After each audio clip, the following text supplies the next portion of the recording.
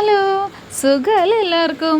ഓണമൊക്കെ എത്താറായി. അതിമനോഹരമായ ഒരു കാഴ്ച കണ്ടാണ് രാവിലെ ഞാൻ എഴുന്നേറ്റ് വന്നത്. ഷെർണമ്മ ഓടി ഓടി വന്ന് പറഞ്ഞപ്പോൾ അവൻ്റെ കയ്യിൽ 2 അടിപൊളിയായിട്ടുള്ള എന്നാ പറയും മനോഹരമായിട്ടുള്ള ബട്ടർഫ്ലൈസ് അത് കണ്ടു. പിന്നെ നല്ല സൂപ്പറായിട്ട് നമ്മുടെ റോസൊക്കെ വിരിഞ്ഞ് നിൽപ്പുണ്ട് കേട്ടോ. അപ്പം ഞാൻ അടുക്കളയിൽ പണിയെടുത്തുകൊണ്ടിരിക്കുന്നതിൻ്റെ ഇടയ്ക്കാണ് ഇവൻ ഈ ബട്ടർഫ്ലൈ കണ്ടപ്പോൾ എന്നെ വിളിച്ചത് കേട്ടോ. അപ്പം ഞാൻ ഓടി വന്നു.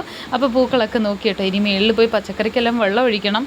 മഴ കിട്ടിയാലും ഞാൻ കുറച്ച് വെള്ളം ഒഴിക്കും. എൻ്റെ കൈ കൊണ്ട് അവർക്ക് കുറച്ച് ഫുഡ് കൊടുക്കണം എന്നുള്ളത് എൻ്റെ ഭയങ്കര ഇഷ്ടമാണ്.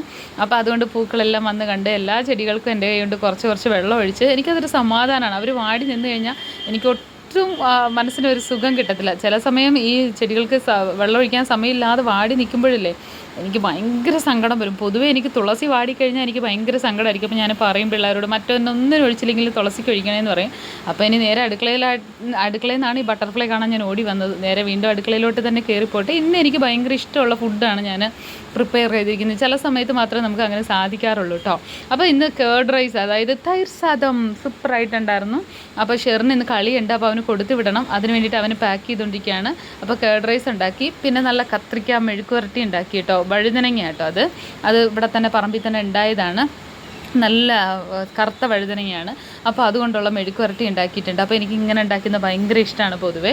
പിന്നെ അത് പരിപ്പ് പറയാതിരിക്കാൻ വയ്യ. ഇങ്ങനെ അതായത് നിറയെ ഉള്ളിയും തക്കാളിയും പച്ചമുളകും കൂടെ കീറിയിട്ട് വെറുതെ ഇങ്ങനെ താളിച്ചെടുക്കുന്ന പരിപ്പാണ്. അത് മൈസൂർ പരിപ്പ് കേട്ടോ. നല്ല ടേസ്റ്റ് ആയിരിക്കും. ഇത് ചപ്പാത്തിയുടെ കൂടെ, പൂരിയുടെ കൂടെ, നല്ല ചൂട് ചോറിൻ്റെ കൂടെയൊക്കെ, ദോശയുടെ കൂടെയൊക്കെ കഴിക്കാൻ സൂപ്പറായിരിക്കും കേട്ടോ. വേറൊന്നും ചെയ്യണ്ട, ഈ 3 ഐറ്റം മാത്രം മതി. പിന്നെ ഇന്നലെ വെച്ചതാ മുരിങ്ങക്കോലൊക്കെ ഇട്ട് വെച്ച അയലക്കറി ഉണ്ട് കേട്ടോ. അയലക്കറി എന്തോ എനിക്ക് ഈ ആഴ്ച മീൻ കൂട്ടി മടുത്ത്. അതുകൊണ്ട് ഞാൻ അച്ഛയോട് പറഞ്ഞു എനിക്ക് മീൻ വേണ്ടാന്ന്. പിന്നെ നമ്മുടെ പറമ്പിൽ തന്നെ ഉണ്ടായ മുരിങ്ങ ചീര എടുത്ത് കുറച്ച് വഴറ്റിയിട്ട് മുട്ട പൊട്ടിച്ചൊഴിച്ച് അതൊന്ന് സെറ്റാക്കിയാൽ ചീര തോരനുമായി.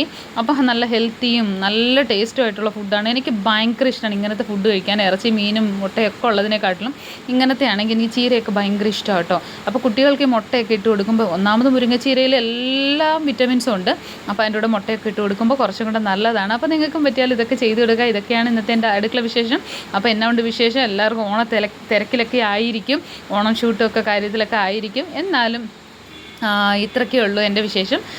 വീഡിയോ ഇഷ്ടപ്പെട്ടാൽ ലൈക്ക് ചെയ്യുക, ഷെയർ ചെയ്യുക, കമൻറ്റ് ചെയ്യുക. പുതിയതായിട്ട് നമ്മുടെ ഫാമിലിയിലോട്ട് വരുന്നവർ ഒന്ന് സബും കൂടെ ചെയ്തേക്കണേ. അപ്പോൾ ഇത്രയൊക്കെ ഉള്ളൂ. മഴയും ഓണവും ഒക്കെ ആയിട്ട് നമുക്ക് ഇങ്ങനെ പോകാം. അപ്പോൾ എല്ലാവർക്കും എൻ്റെ വക അഡ്വാൻസ് ഓണം. Thank you.